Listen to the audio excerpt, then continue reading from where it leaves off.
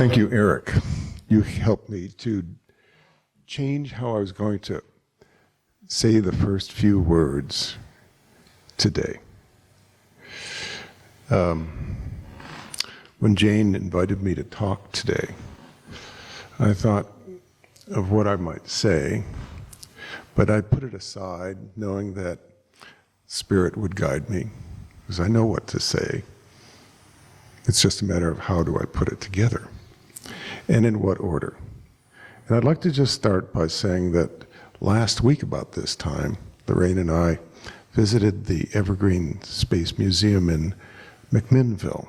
Have any of you been there? We went to see the spruce goose. But before seeing the spruce goose up close, we saw something that was even more incredible.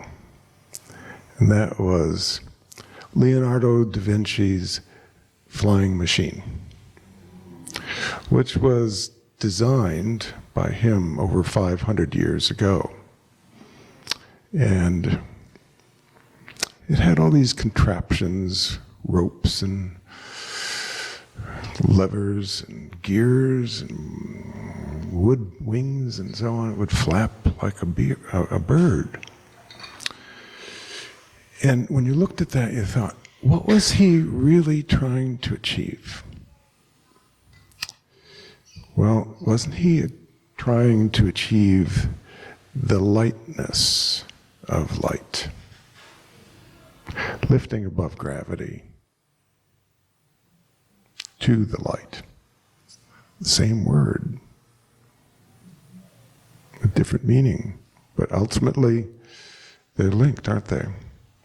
So in a way, it's like seeking a way to go beyond the limits of the physical world, as we know it, up beyond the force of gravity. And haven't we indeed done that as a result of his dream? Some 500 years later, when we went into outer space, became weightless on our journey. And when we looked back on the earth, we saw its great beauty from afar, somewhat detached, because we were no longer held by its gravity. We were able to see it in the context of the larger universal scheme of things.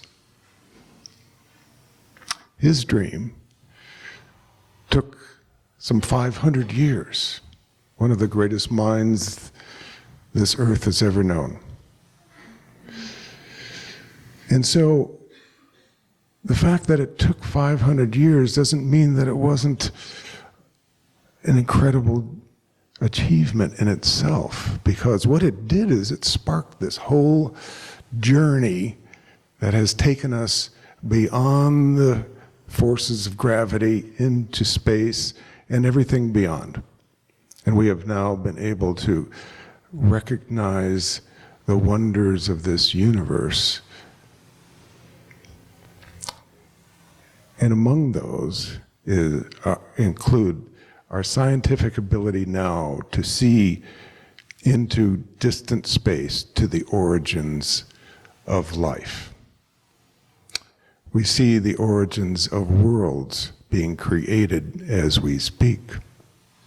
Planets, stars, immersed in this energy of light and gas.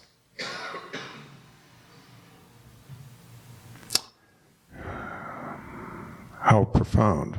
We are indeed made of this stardust, this light coming together, which make all of things possible. So who are we to be held down by gravity? Our origins are in the stars. We are made of stardust, indeed, as was revealed by Joni Mitchell in the song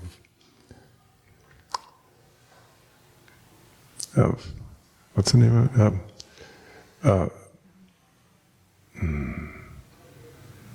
Remember the name?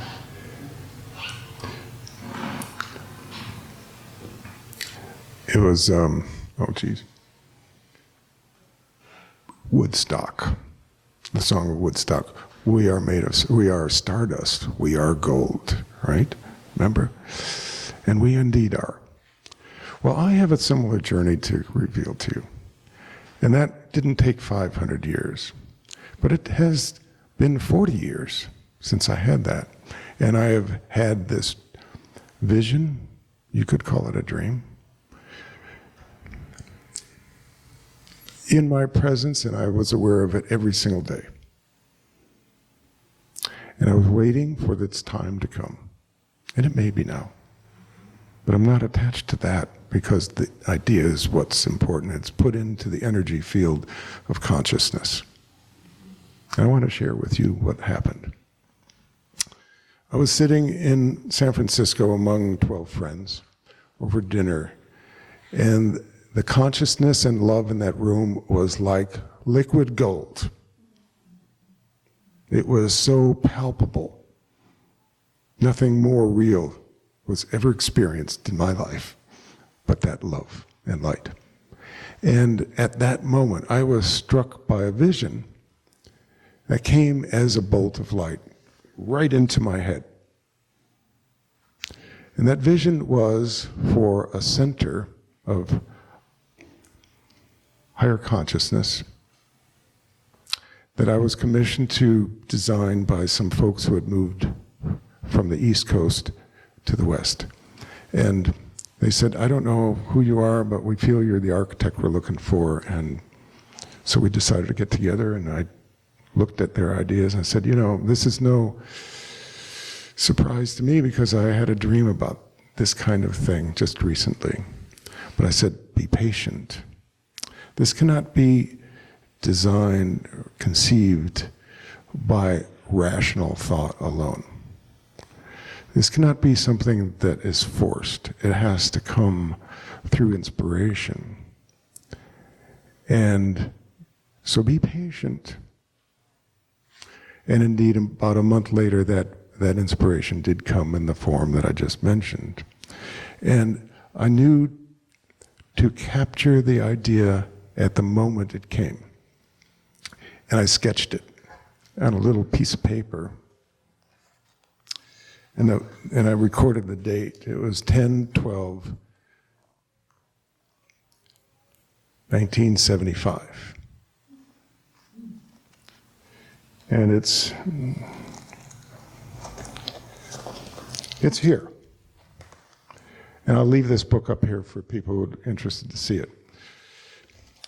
Is initially drawn in a small sketch, and then I thought, I need to have more space in order to capture more of the ideas, so I enlarged it in another sketch immediately thereafter. And it contained a geometry that was really compelling. It was a square that had another square inside of it, turned 45 degrees, and so it became like an 8-pointed star. Then there was a circle inside of that, and then it was many layers of like fractal geometry carrying the key of the symbol into larger dimensions. And I let it be. I told the folks, I think I got the idea, but let's wait and see what the next step is. I'm not going to force it. So a month or two later, that energy came back again, and I started drawing in my studio at home, and it emerged more and more out of that seed idea, and to the point where plans were drawn that conveyed that whole idea. And it was done on 2 stories. And I started with the idea, well, you know, as it said, as above, so below, so I best start above. So I worked on the 2nd floor first, came up with the geometry that was revealed to me initially, captured that in a geometric form that had really strong functional purposes as a residential level for the school of master teaching and enlightenment. And then the ground floor came after that, and that was the spaces of learning around a central rotunda with a skylight above it and meditation loft circling under the skylight. I then built a model, which you see over here.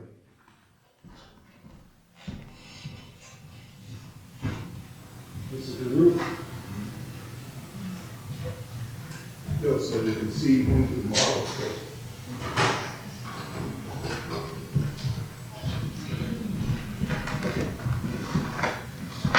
And this is what it looks like.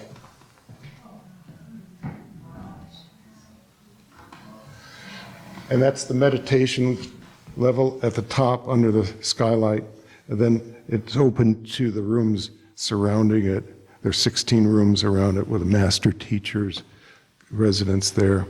And then spaces down below that are daytime activity areas. And a celebration space in the rotunda. So, its geometry is based on the dimensions of the Earth, which is at its equator is 7,920 some odd miles. This is the same number in feet, 79.2 feet to the center of the outside walls. And then the circle that within that square is related to the golden mean proportion, which is the code within all of organic life.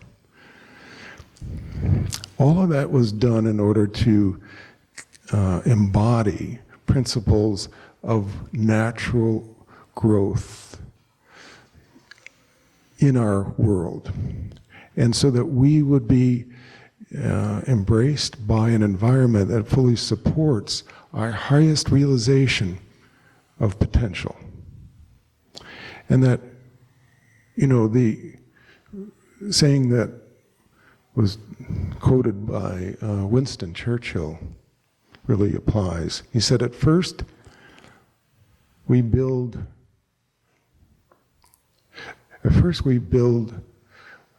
shape our buildings, and then they forever shape us. In other words, the envelope in which we live directly impacts the quality of our lives and our thoughts.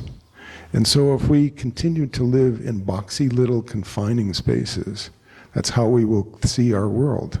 We'll be influenced by that. But if, on the other hand, we live and work and play in environments that are expansive and give us a sense of freedom, that is our true self, then we will realize that potential. And so when I shared this with Jane, she cried because she really got it. It was one of the most wonderful responses because it spoke very clearly to my heart that this was something that could really have an impact on the quality of our environment here at Unity if we were to choose that direction. And of course it takes money. It takes a lot of money to do something like this. But that thought comes from the box. We put people away in prison in cells in order to confine them, their body and their thinking. Let us reveal to ourselves an open space beyond gravity. Let us empower ourselves to be light, lifting. And this is just an option. I'm not attached to it. Its time will come. I hope it's now. I hope it's here. Wherever it is, it'll be good. Thank you.